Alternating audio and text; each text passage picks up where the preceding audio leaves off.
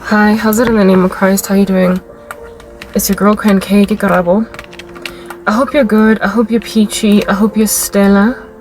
And I hope you're in a neat little bunch. If you're not, welcome to the party. Is that just not the story of our lives? Yeah, whatever. Hello to the wig. I did little plaits and I think they're cute. Let's just get straight into this. Oopsie. Anyway, yeah, look, this is an interlude. It's a video between videos, etc. So there won't be any editing or anything of that nature. Kindly look out for that. Kindly also look out for my underarm hairs. Like, literally, who cares? Because at this particular juncture, so we don't care to shave. I have app makeup, so it's gonna be bouncing off and on my face. Whatever, we've done enough intros. Let's get straight into this. It's the 2nd today of December 2024. I am wearing a wig because my hair is en route a new hairstyle. Anyway, whatever. To the alarm in the background. Alright, look, whatever. The message topic of the day is rape and murder like it's Kellogg's cornflakes. Rape and murder and then a dagger like it's Kellogg's cornflakes. Yes. That's the topic of the day. Why is this thing tangled around the hair? That is the topic of the day. Yes, that's just gonna keep happening because I can. Anyway. How do I prefer to wear this thing? Yeah, I keep repeating tops because like I don't have enough summer skippers and it's like crazy hot. Get December. But one of these days it's gonna be winter. I need to get back to exercise. I just do not understand when that's ever gonna happen. I apologize for my white car sunscreen. Whatever, we've done enough introduction. Y'all, whatever, okay. Mamelang. People will keep trying to kill some people in these streets because we are just speaking truth, but I will say this again and again, even though there are threats on my life, I'm not going anywhere, but you are. And God keeps confirming it. You know what, guys, like, men. Let me start with men. Maybe I'll get to women later, I don't know. Largely, I just can't deal. Like, I love people.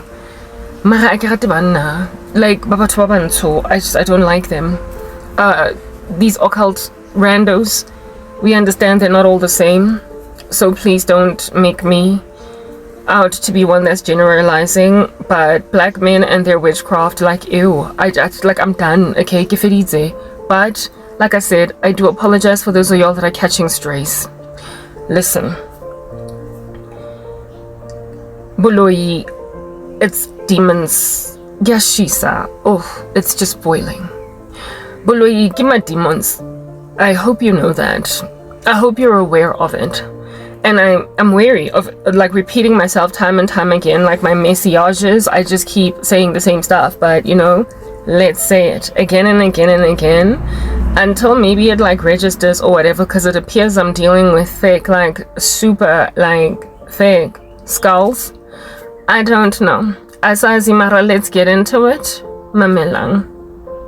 Please have a kind listen. Alright? It is imperative that ears be opened at this present juncture, because this here is not gonna end well. Y'all do know witchcraft gima demoni, right? You know that, right? It's demons. Well, I mean, if you didn't know, now you know. I'm here to let you guys know. And demons are entities that are fallen just like their father, the devil. They kill, they steal, and they destroy. They can do nothing but that. So you cannot dabble with witchcraft and play around with dark arts like a little child, Otopilenka, some poisonous thing on the floor, and then you just kind of flail it around and not expect to like ultimately die as a person. The wages of sin is death, but the free gift of God is eternal life for them who are in Christ Jesus. This stuff eventually results in death, like the final death of your person, but a spiritual death, like a putrefaction, just a graduation from strength to strength and just filth, like just being whack. Okay, it makes you worse and worse over time. Witchcraft is demons, so you cannot dabble with it. You can't dilly-dally and hop about in these streets like a kangaroo with it and not get demon possessed. Demons of which are perpetually investing in people, brand spanking new character flaws. Like literally you will be a new person, but as opposed to being one that has turned a new leaf and are jovial to be in the company of, you end up just being something tall. Yeah, you end up just being tall. Like that's it. Tall. Proper, I don't have any other word. You end up just being a thing, like something that is just like anbonagali and sabugegi. Your characters are just so overwhelmed, you are taken, and then when you are in the midst, in the company of, in the climate, right next door to a Christian more so, do you just bring out whatever? But the random, malevolent, diabolical thing that you ultimately became, you cannot play with entities and anticipate that your whole personality is not going to change.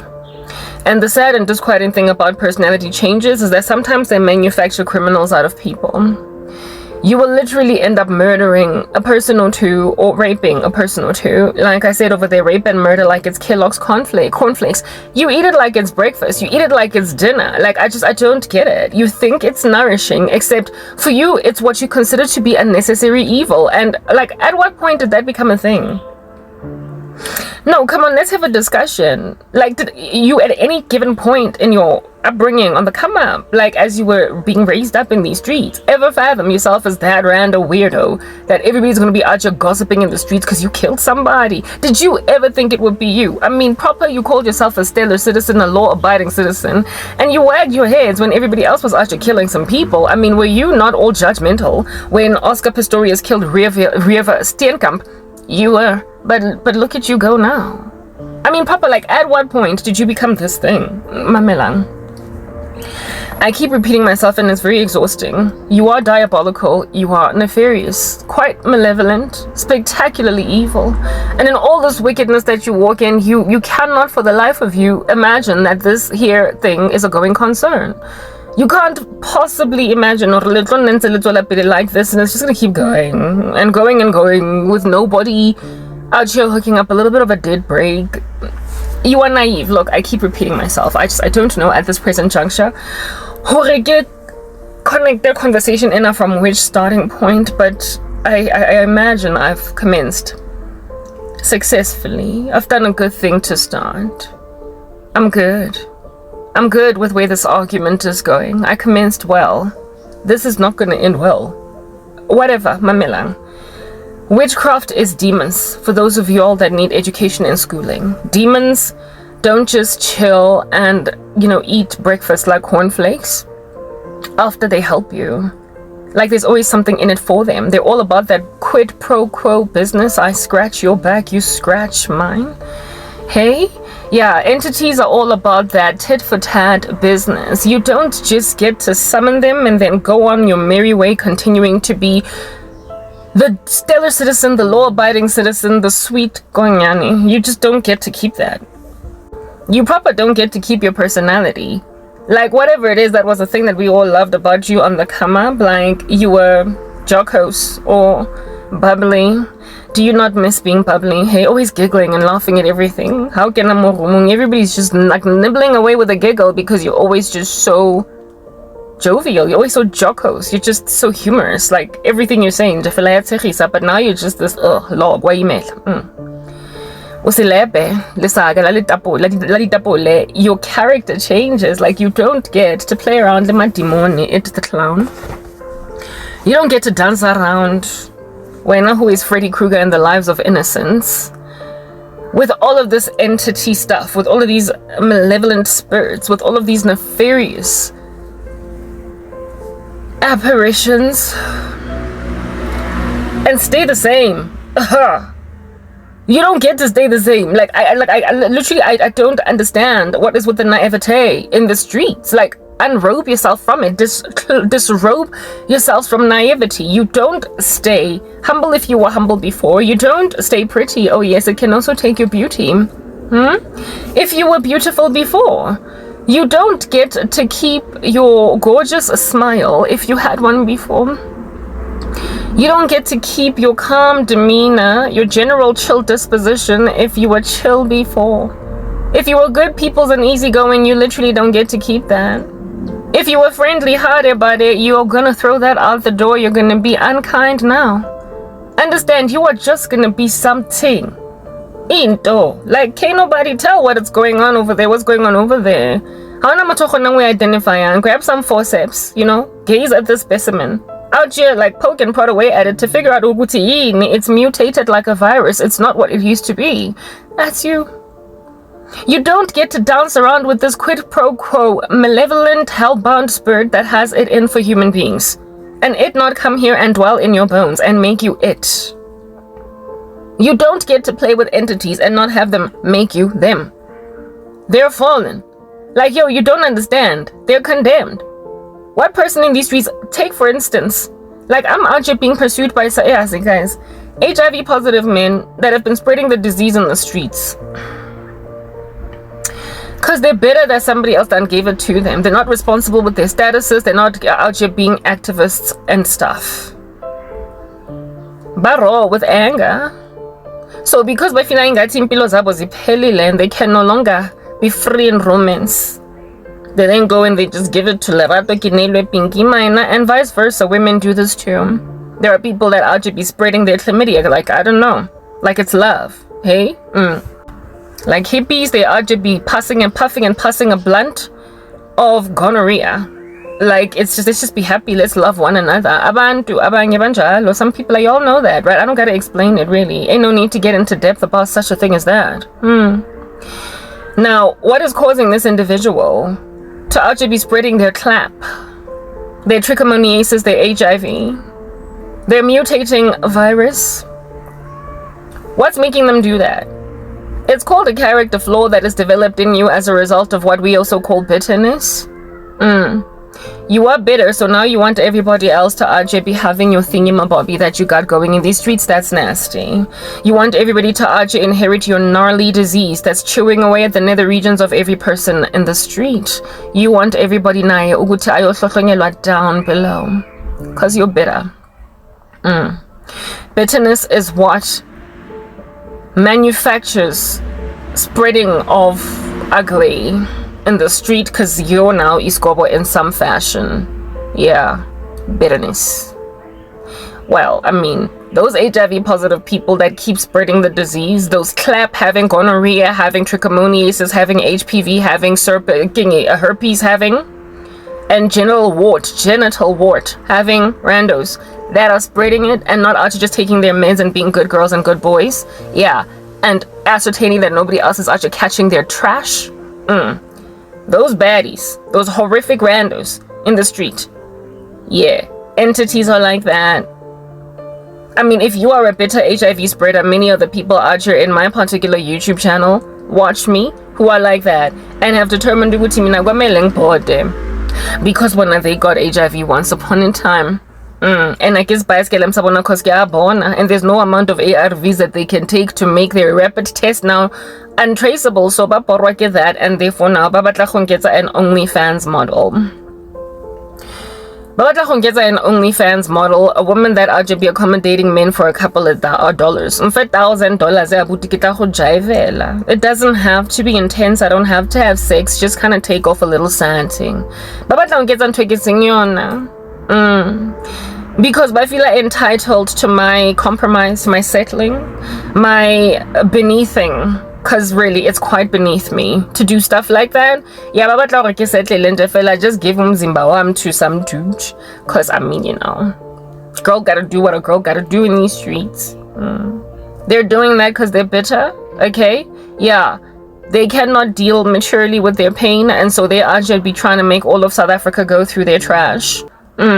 Yeah. Well, if at all you can gaze upon your gangster heart, you who are spreading a disease, and realize that, oh my, I am that pathogen, that contagion that is in the sky out here being airborne and therefore infecting everybody. So I'm therefore that which takes everything with me to where it is that I am going. Never land in disaster zone bitterness.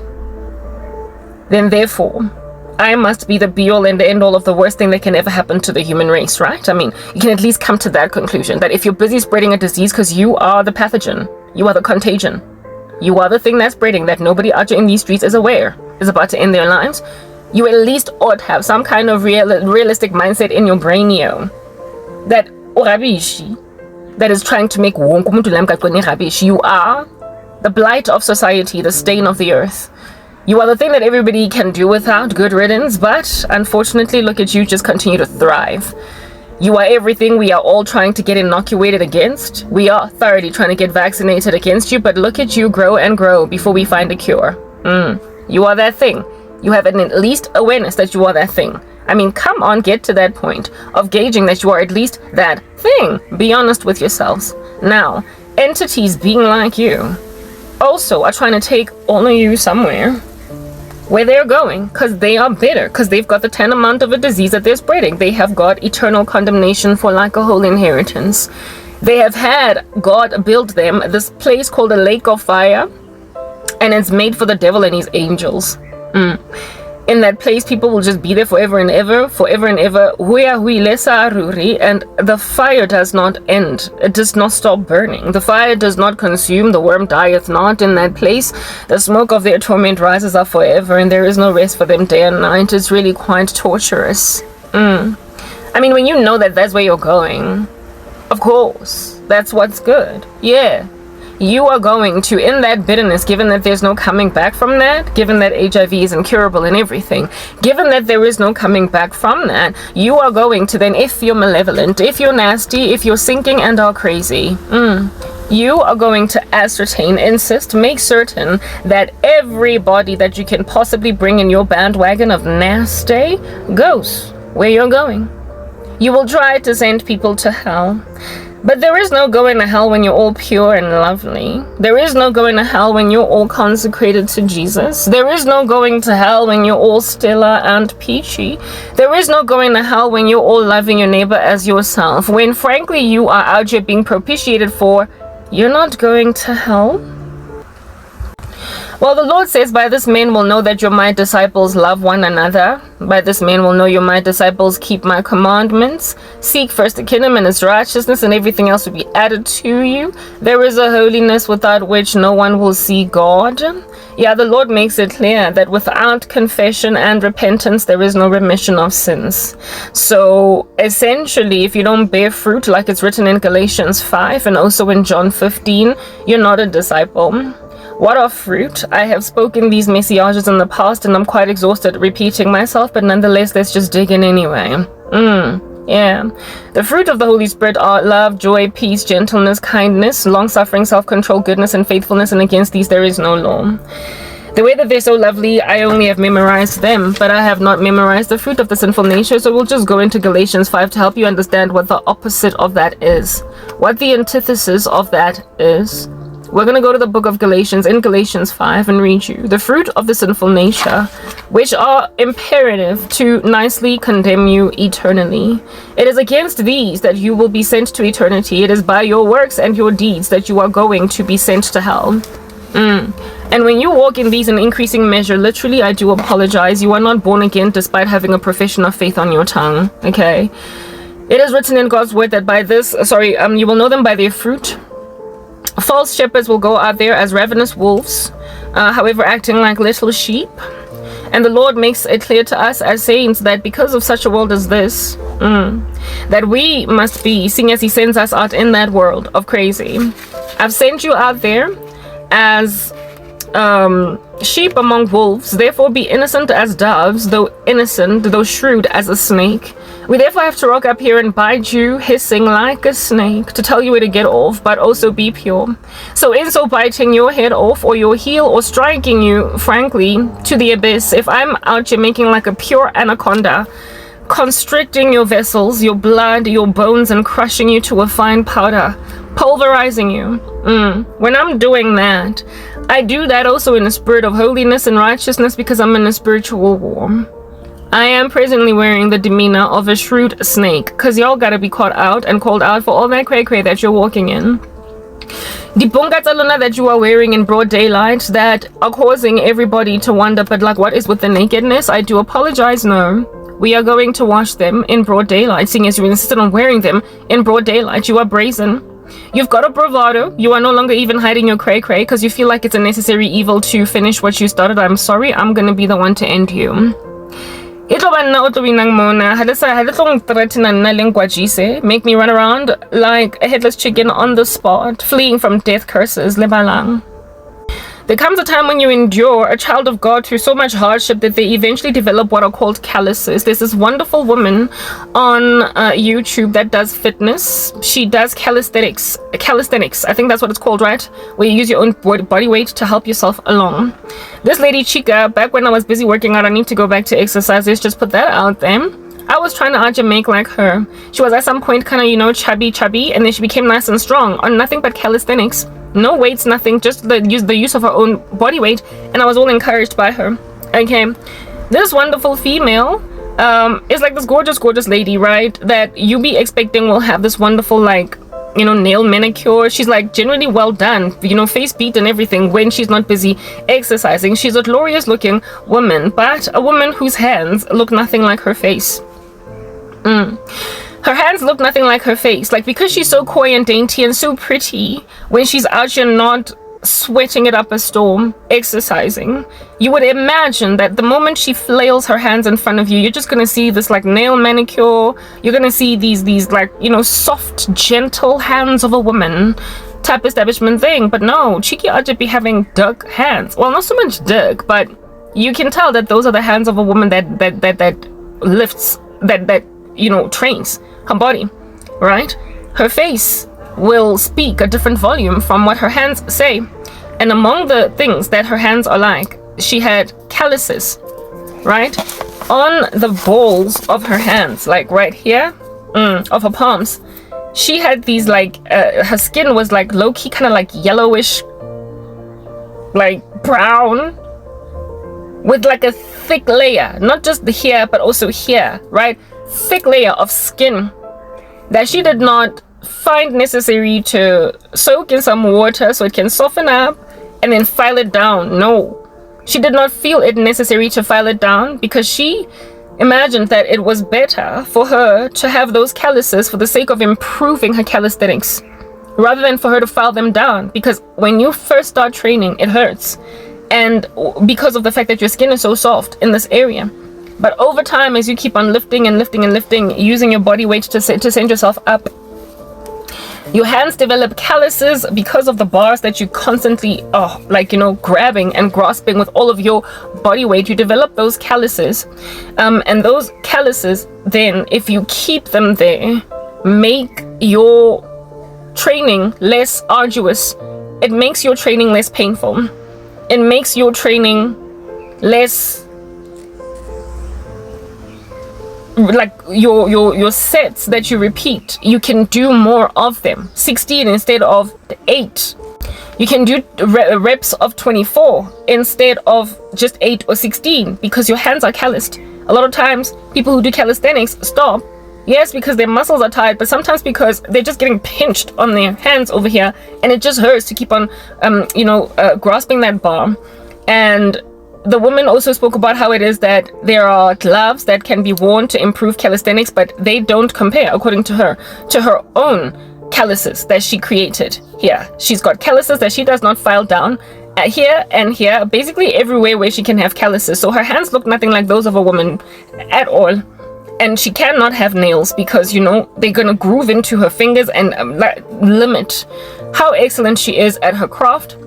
And so she basically had to, you know, neglect or sacrifice certain things in order for her to be able to be a pro at calisthenics and train people who are beginners, intermediate, and advanced as to how to do this thing. Wonderful lady. If I knew her name, I would tell you to go watch her channel. She's excellent. She's a great inspiration because she used to be kind of pudgy and now she's all fit on nothing but her own body weight, like proper. I like her because I don't have money. I can't go to the gym. So yeah, that's why I was out here trying to, like, you know, do what she was doing. Anyway, whatever. Cool beans and bananas. Yeah, that cheeky spoke about how calluses are better even than the gloves that they make, especially for people who train, who lift DTP and deal with therefore that pain. The gloves are to prevent you from getting hurt, but she says that if you just endure the pain for a minute and then gain calluses, those calluses, your own natural calluses, function better than those gloves. All you need is a powder to make sure that you're not sweaty, and then you are just be, you know, lifting your own body weight on some kind of a bar and killing it in the gymnasium that is right inside your own household. Very well. Yeah, that woman and those calluses of hers are what it is that y'all need to comprehend you do to Christians when you just keep on slapping us with the same spells time and time again. When you just keep coming at us like a bat out of hell, just pouncing like a beast over and over and over and over and over and over again. Yeah, initially it freaking stings, okay? It hurts to a point where you feel inconsolable. Like all of y'all with your death rituals, like you keep going back to the drawing board with suicide spells because you imagine it's only a matter of time that I'm dead until I am dead. My oh my, look at me, be a calisthenics hero in heroin. Let's just be right in terms of the genders over there. I'm out here doing calisthenics like proper. You are training my heart, you are training my spirit, you are training my soul, you are training my whole spiritual war thing. You're making me quite the prolific warrior because you are giving me calluses. You are callousing my heart to the reception of all of your darts, your blows.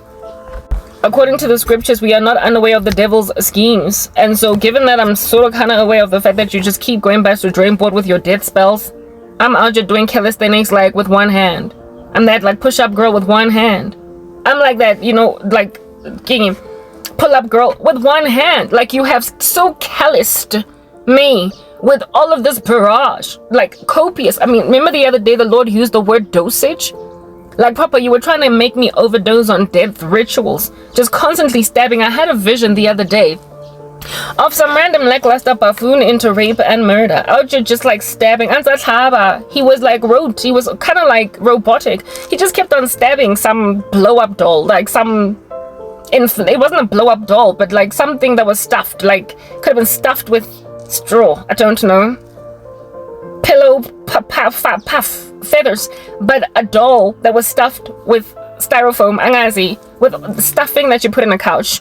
It had all that in it, and he just kept stabbing it, like, and he was just going and going to a point of ukatala, I you like that, and he was just stabbing it time and time again. Aporegile this guy from stabbing this thing, because that was his mission. That was his job. That was the instruction. Hey, his cult told him, keep stabbing that over and over and over again, because we have to dose her. We have to make her OD.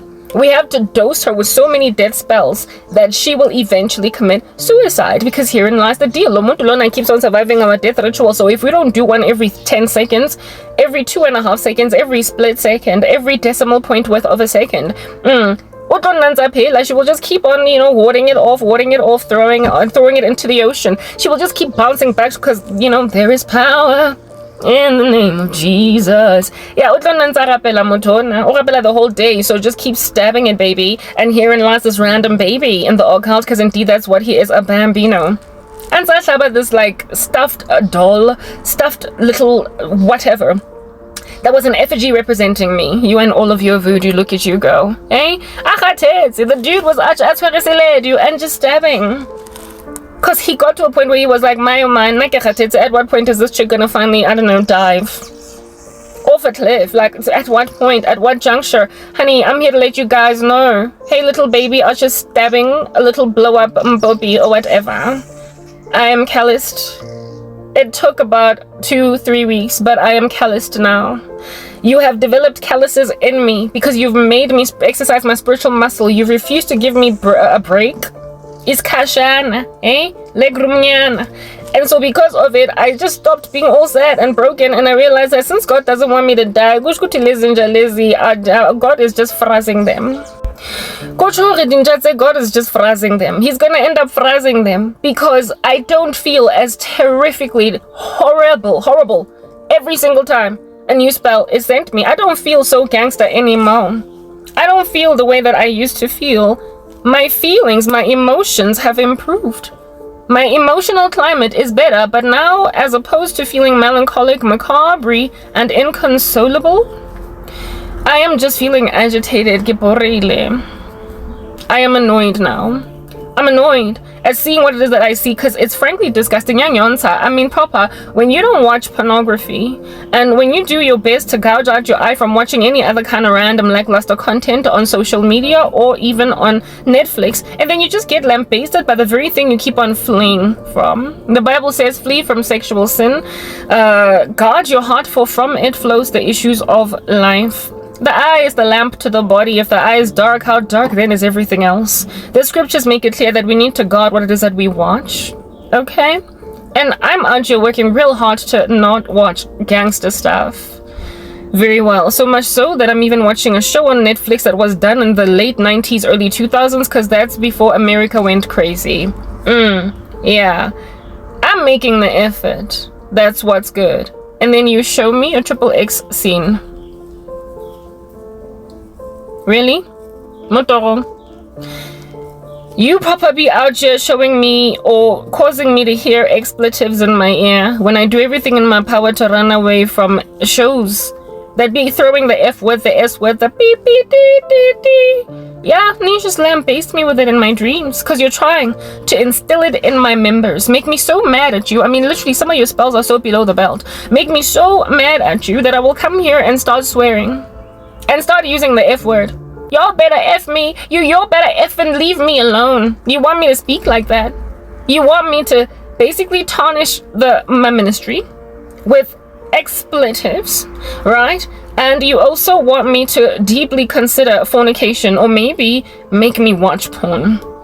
Make me watch it, because I mean, I saw so much of it in my dreams. I'm out here working out my own salvation with fear and trembling. I'm perpetually fasting, and I'm always praying.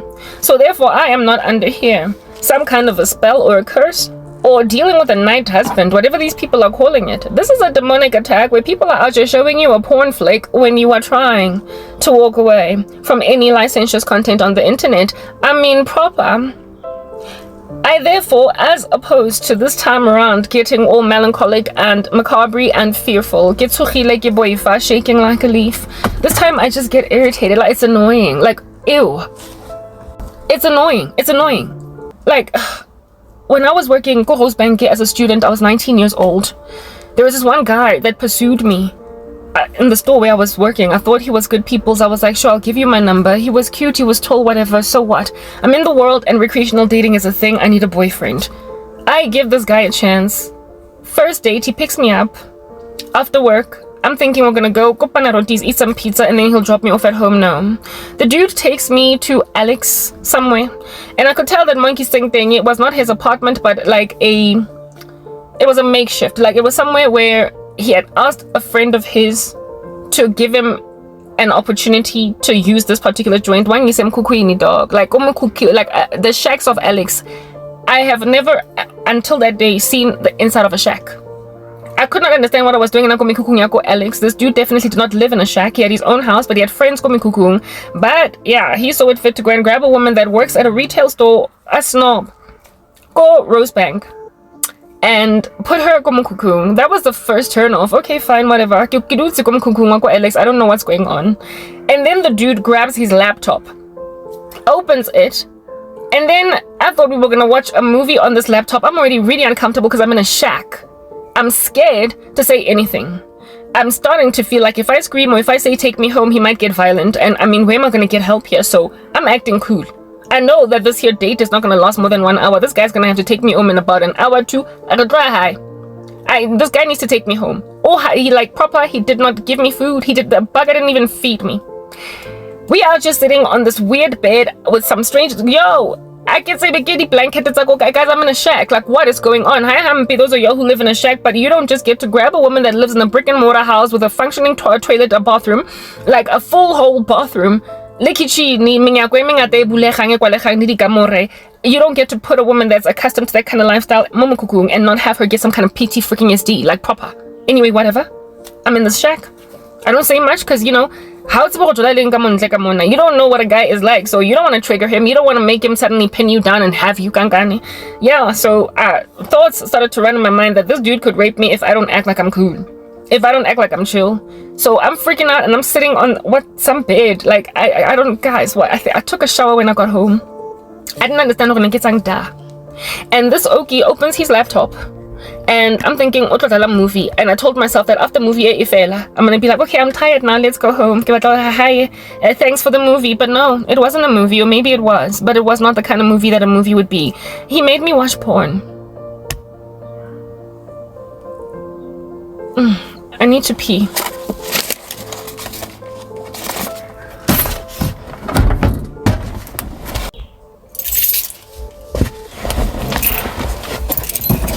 I'm back.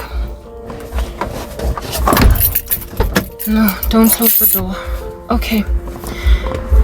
This putrid, licentious, fecal matter of a man that I thought was good people's, because I guess he spoke with a twang. Like, when you think someone is okay, because clearly they went to a Model C school. I was just speaking like, Lark, how are you doing? When you said to a shack in Alex. First red flag.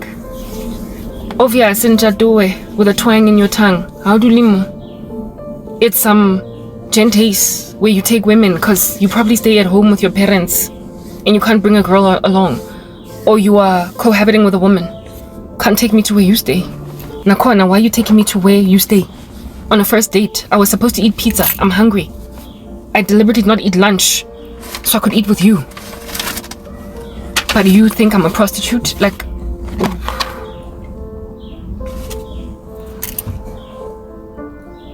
this menacing psychopath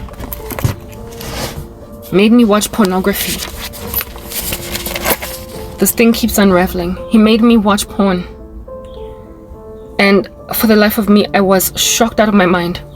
I had never, up to that stage, I was 19 years old, seen porn.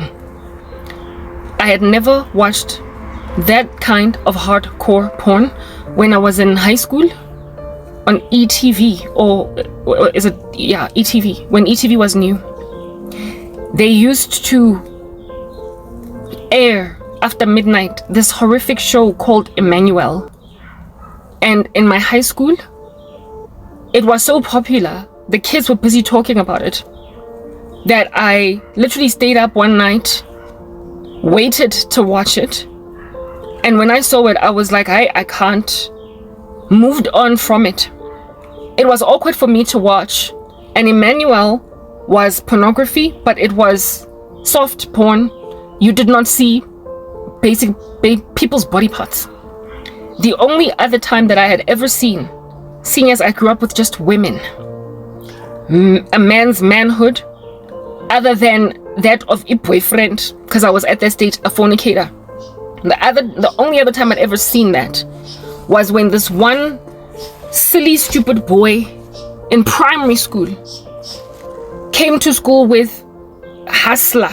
Is it Hustle or whatever? Some silly pornography magazine. This colored kid brought a porn magazine to school and started showing everybody imagery in there. Wapaiswa. And I was among the people that he flashed this magazine to. And I got to see nether regions of men and women. And it was like, and Wapaiswa, he got busted and suspended as a result. That was the first time I ever saw nether regions other than those of somebody that I'm intimate with. And then the next time would be seeing Emmanuel, those raunchy movies on ETV after hours. And I didn't like it. I never ever went out of my way to watch porn, buy silly magazines. When the internet was a thing, actually Google it. When I was working at MTN, there was this one dude that was in the group chat with us that every so often would literally, I did not understand what was with this colleague. He would literally send pornographic images on work email. And you would click on it thinking that it's nothing. And then, bah! Until they passed a policy that you can't send certain content over because this group of colleagues basically exchanged pleasantries using the servers at work. Their little orgy party that they would have. They would use work servers. They got disciplined for it. They didn't get fired because MTN was ridiculous. It just kept licentious people on staff. It was like women would even walk around the office in bum shorts despite corporate wardrobe. Nobody was getting disciplined. It was a crazy company to work for. But anyway, whatever. Ever since that incident happened in about 2009-10 at MTN, they then employed policy to ascertain that nobody can use work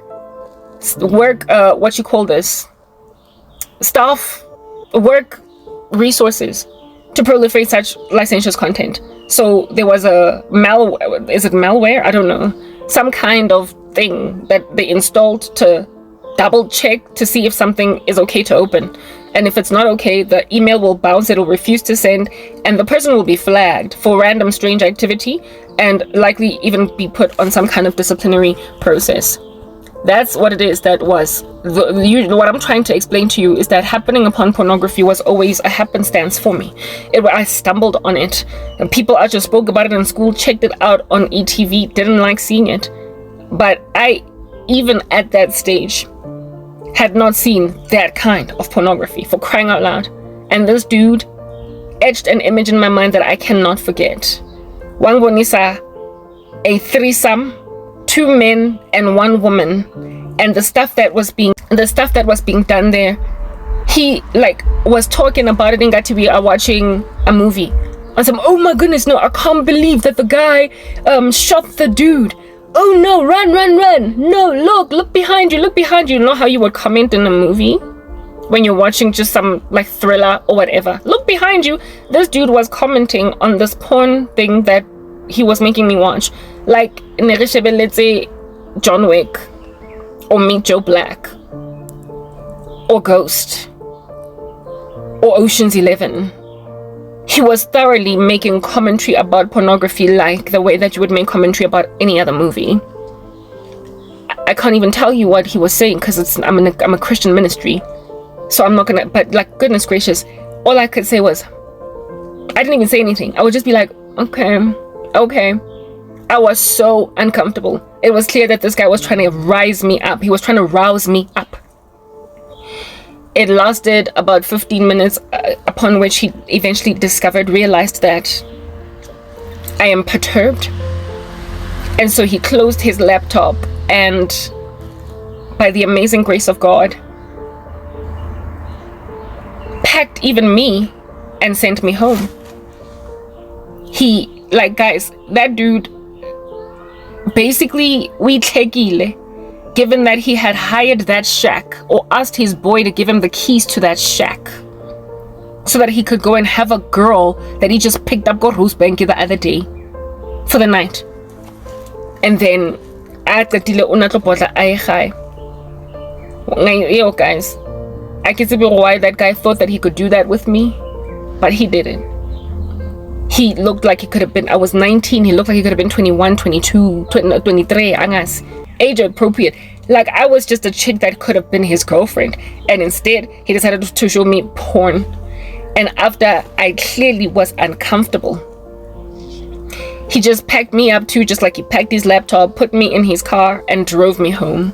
Thank God he took me home. He was done with me. He made it clear that you're not barging. Thank God he wasn't a rapist. Thank God he wasn't a rapist. Thank God he didn't have me anyway. But he was certainly a sexual deviant, despite not being a rapist. I dodged a bullet. It's still to this day, I don't know how I have not been raped before. The things I've experienced. Yesterday I told you the story about the 2 guys, Kosanton. The one on which I was on the date got irritated with me, refused to take me back home, despite picking me up at home. He too did not feed me. We were supposed to be going on a date. We were supposed to be going on a first date. And he too did not feed me. Instead, he took me to Santon. In some Lani neighborhood there. It looked like it could have been Morningside. And he wanted to He wanted to have sex with me at the apartment of his friend, and got irritated with me when I said when his wife, the friend of which, his wife was home.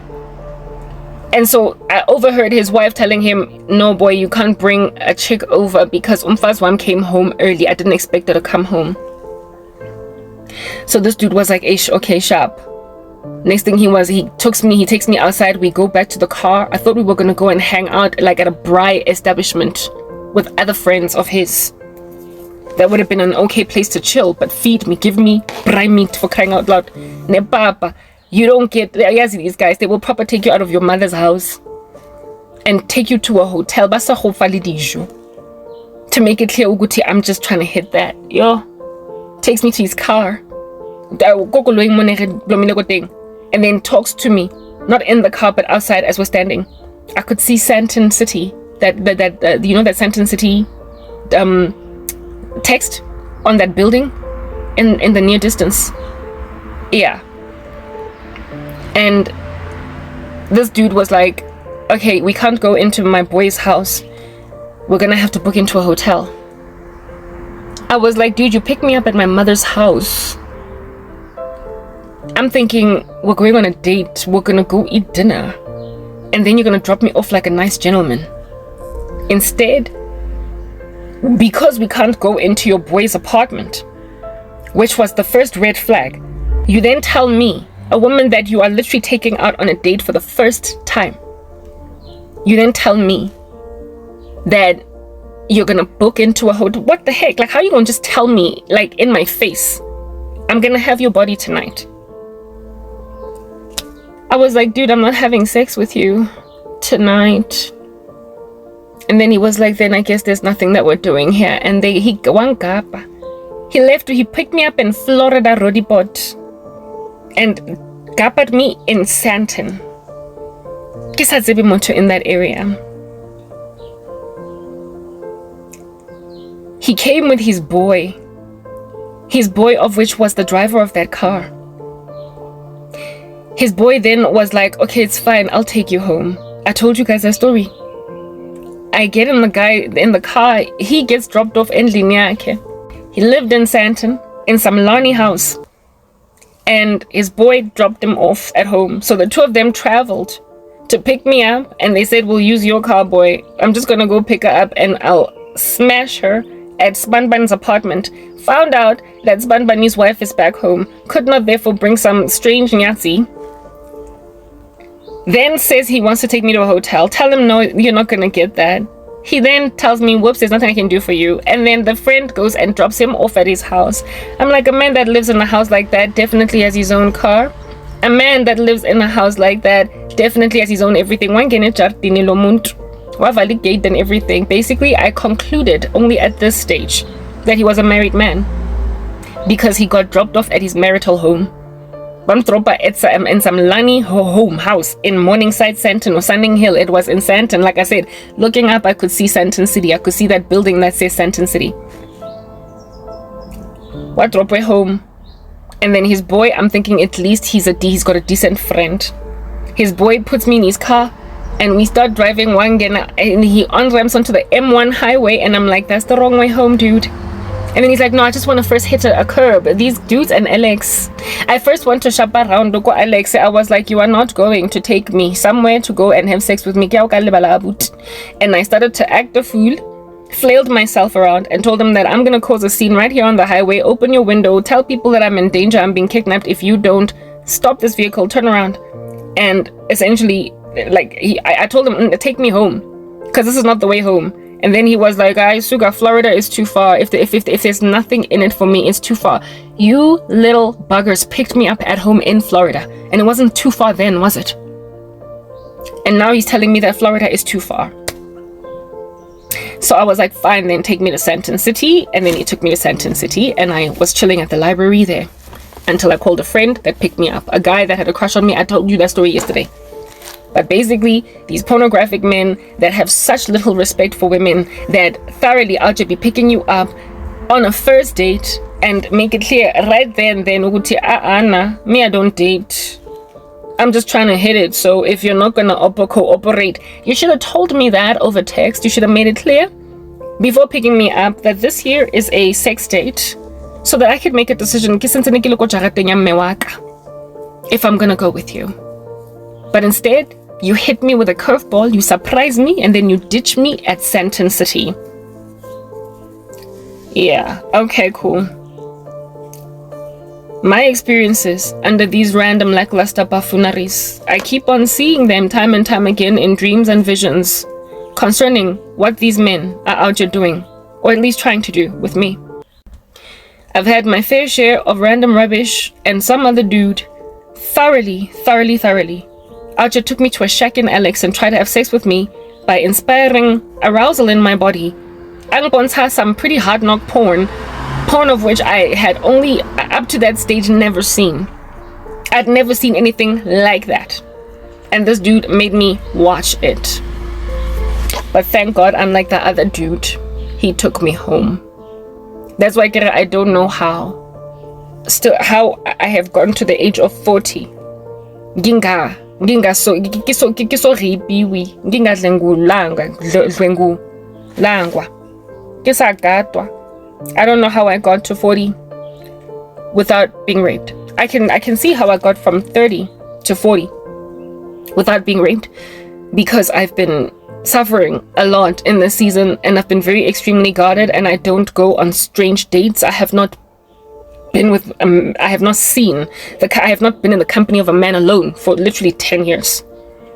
So the past 10 years I can understand. I've been very extremely guarded, but before then, where I was still kind of free, hopping up and down with some trust in my bones still for men, yeah, I dodged a bullet.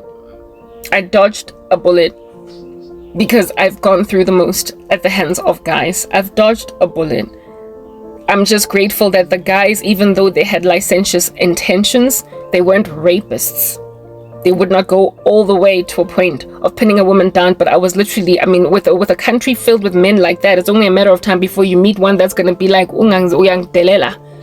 are coming to Alex, and then pin me down right there. Yeah, it was only a matter of time. Up to that stage, I had only ever been with those that try to suggest it really hard knock and then ditch you on the side of the street when you don't want to do it, but not go all the way. But I kid you not, amidst this plethora of baboons, there are those who finish it. And Imanje, like when I started speaking here, I was speaking about how you don't get to practice sorcery and not anticipate that your character is just going to fly out the window. So you who has it in you to pick up a woman from Florida and then ditch her at Sandton City because she wouldn't have sex with you, honey, when you start using witchcraft, you're gonna rape. You're gonna go all the way. Whatever might have been the existing character flaw that you had, it's just going to magnify. It's gonna grow steam. It's gonna grow fur. It's gonna have peach fuzz. You are going to become a more diabolical version of your original self. And whatever good you had going down for you, forget about that. Forget about that. It's also flying out the window. Like I said earlier, the fruit of the Holy Spirit is love, peace, joy, gentleness, kindness, long-suffering, self-control, goodness, and faithfulness, and against these there is no law. But there are fruit of the sinful nature that only magnify in a person when they dabble with dark arts. Because you're dabbling with demons, and when demons come into your ecosystem, they possess you. And because they are malevolent, fallen spirits, all they can be is this filthy thing. So you just magnify in these traits, in these character flaws. I don't understand it.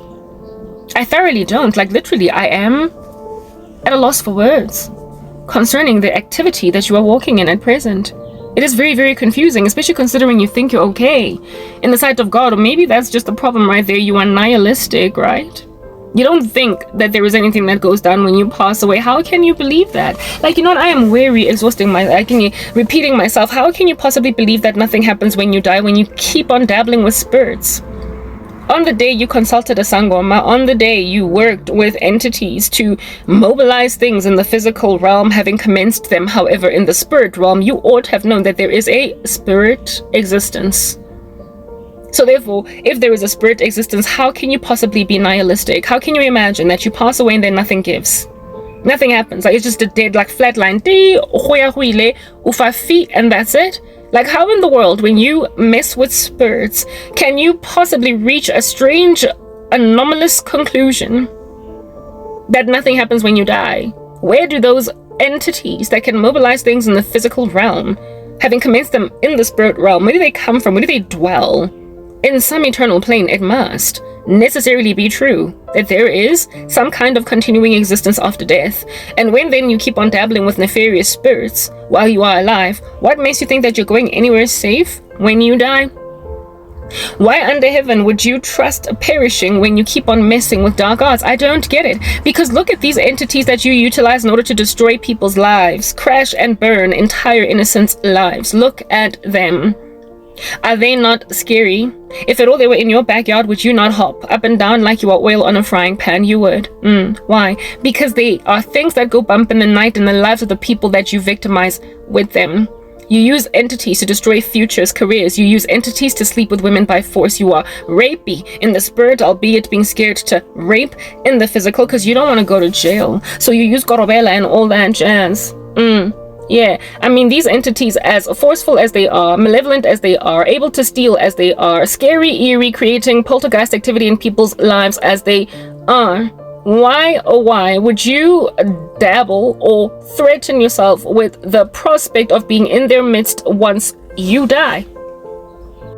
Would you want to be in the same company of the same entities you send on people at death?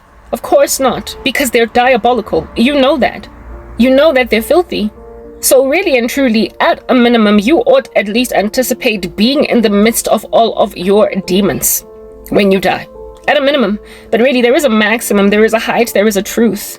And herein lies the truth. You're not even going to be placed in the midst of your demons when you die. But you ought at least at a minimum anticipate that, because they definitely exist. In the spirit realm, you've proven that. You know that when you die, there must be therefore some kind of spirit that exits you and then exists in the spirit cosmos. And with it existing in the spirit cosmos, you will then necessarily be reconciled to the entities you kept on playing around with. That ought to be your minimum theology. But here is rather the truth. The truth is that it is appointed unto man to die once, and thereafter is the judgment. And that when you are absent from the body, you are present not so much in the company of entities, but of God. To be absent from the body is to be present with the Lord.